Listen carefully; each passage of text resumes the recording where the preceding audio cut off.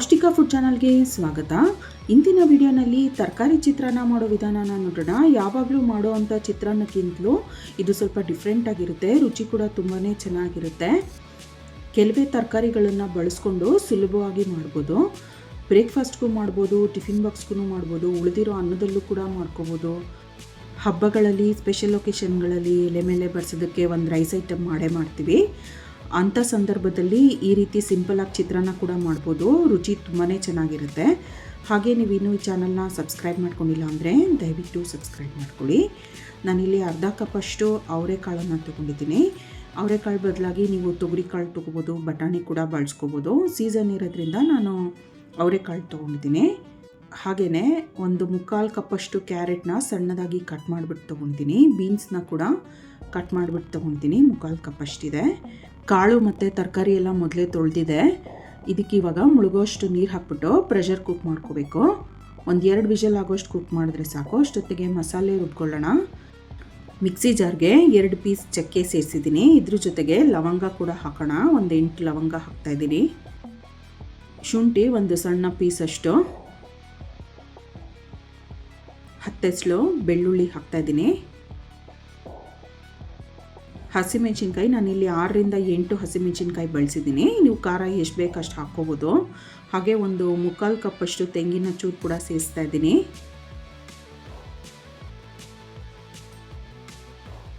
ಸ್ವಲ್ಪ ನೀರು ಹಾಕ್ಬಿಟ್ಟು ಇದನ್ನು ರುಬ್ಕೋಬೇಕು. ತುಂಬ ನುಣ್ಣಗೆ ರುಬ್ಬಾರ್ದು. ನೋಡಿ, ಸ್ವಲ್ಪ ಈ ಚಟ್ನಿ ಹದದಲ್ಲಿ ರುಬ್ಕೋಬೇಕು. ನೋಡಿ, ಸ್ವಲ್ಪ ತರಿಯಾಗಿದ್ದರೆ ಸಾಕು. ಇದನ್ನು ಸೈಡ್ಗೆ ಇಟ್ಬಿಟ್ಟು ಒಗ್ಗರಣೆ ಮಾಡ್ಕೊಳ್ಳೋಣ. ಕಡಾಯಿಗೆ 5 ಸಣ್ಣ ಸೌಟಷ್ಟು ಎಣ್ಣೆನ ಸೇರಿಸ್ತಾ ಇದ್ದೀನಿ. 5ರಿಂದ 6 ಸೌಟಷ್ಟು.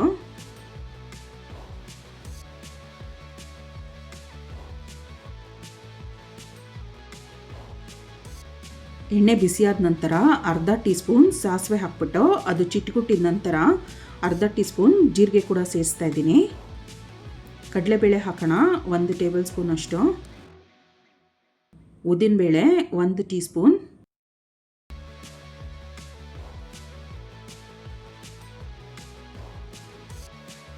ಒಂದು ಸ್ವಲ್ಪ ಹಿಂಗು ಕೂಡ ಸೇರಿಸ್ತಾ ಇದ್ದೀನಿ.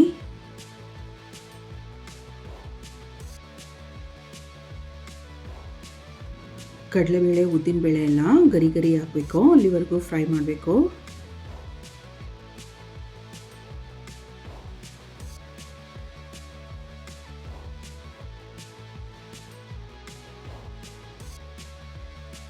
ಎರಡು ಮೀಡಿಯಮ್ ಸೈಜ್ ಈರುಳ್ಳಿನ ಕಟ್ ಮಾಡಿಬಿಟ್ಟು ಸೇರಿಸ್ತಾ ಇದ್ದೀನಿ. ತುಂಬ ಸಣ್ಣಗೇನು ಕಟ್ ಮಾಡಿಲ್ಲ.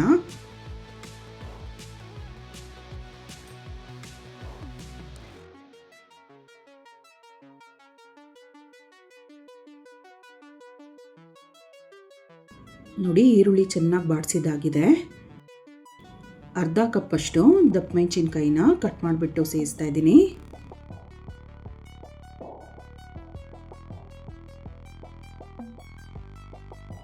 ಒಂದು ಸ್ವಲ್ಪ ಕರಿಬೇವಿನ ಸೊಪ್ಪು ಕೂಡ ಹಾಕೋಣ.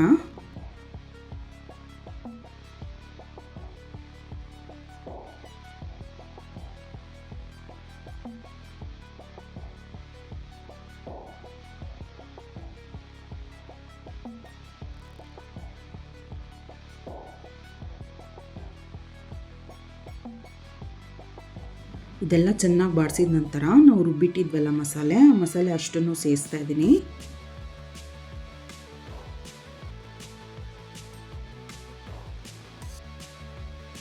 ಮಿಕ್ಸಿ ಜಾರ್ಗೆ 1/4 ಕಪ್ ಅಥವಾ ಅದಕ್ಕಿಂತ ಒಂದು ಸ್ವಲ್ಪ ಕಡಿಮೆ ನೀರು ಸೇರಿಸ್ಬಿಟ್ಟು ಹಾಕ್ತಾಯಿದ್ದೀನಿ. ಹೆಚ್ಚು ನೀರು ಸೇರಿಸ್ಕೊಳ್ಳೋದು ಬೇಡ.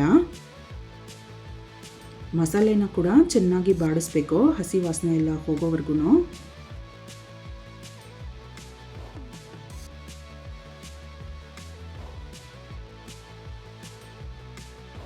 ಅರ್ಧ ಟೀ ಸ್ಪೂನ್ ಅರಿಶಿನ ಪುಡಿ ಸೇರಿಸ್ತಾ ಇದ್ದೀನಿ.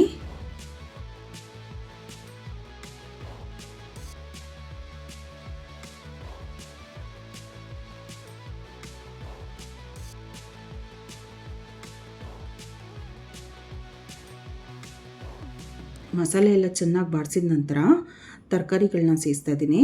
ಅವರೆಕಾಳು, ಕ್ಯಾರೆಟು, ಬೀನ್ಸ್ ಬೇಯಿಸ್ಕೊಂಡಿದ್ವಲ್ಲ, ಆ ನೀರನ್ನೆಲ್ಲ ಶೋಧಿಸ್ಬಿಟ್ಟು ಸೇರಿಸಿದ್ದೀನಿ.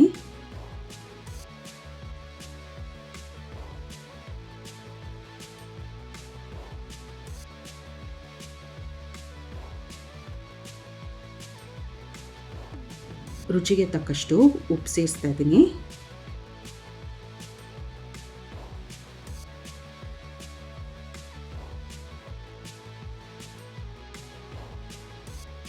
ಉಪ್ಪು ಸೇರಿಸ್ಬಿಟ್ಟು ಚೆನ್ನಾಗಿ ಬಾಡಿಸಿದ ನಂತರ ಸ್ವಲ್ಪ ಹೆಚ್ಚಿದಂಥ ಕೊತ್ತಂಬರಿ ಸೊಪ್ಪು ಕೂಡ ಸೇರಿಸ್ತಾ ಇದ್ದೀನಿ.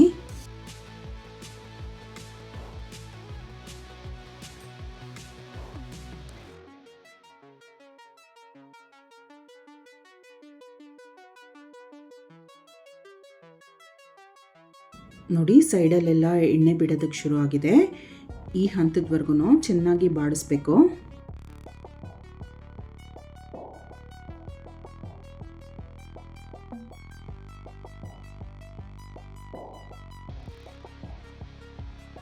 ಇವಾಗ ಸ್ಟವ್ ಆಫ್ ಮಾಡಿಬಿಡೋಣ. 2 ನಿಂಬೆ ಹಣ್ಣನ್ನು ತೊಗೊಂಡಿದ್ದೀನಿ, ಇದರ ರಸ ತೆಕ್ಕೊಳ್ಳೋಣ.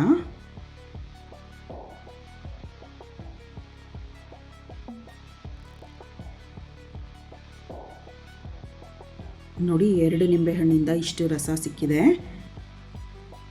ಅಷ್ಟು ರಸನೂ ಸೇರಿಸ್ತಾ ಇದ್ದೀನಿ.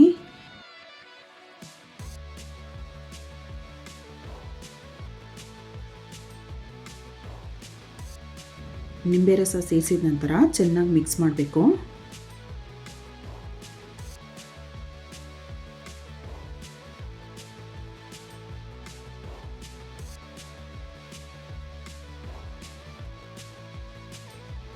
ತರಕಾರಿ ಚಿತ್ರಾನ್ನದ ಗೊಜ್ಜು ಸಿದ್ಧವಾಗಿದೆ.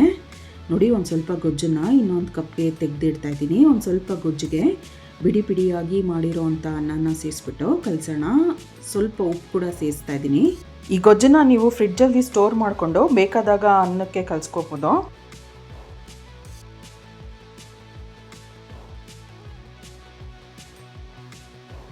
ನೋಡಿ ಗೊಜ್ಜು ಅನ್ನ ಎಲ್ಲ ಹೊಂದೋ ಹಾಗೆ ಚೆನ್ನಾಗಿ ಕಲಸಿದ್ದಾಗಿದೆ.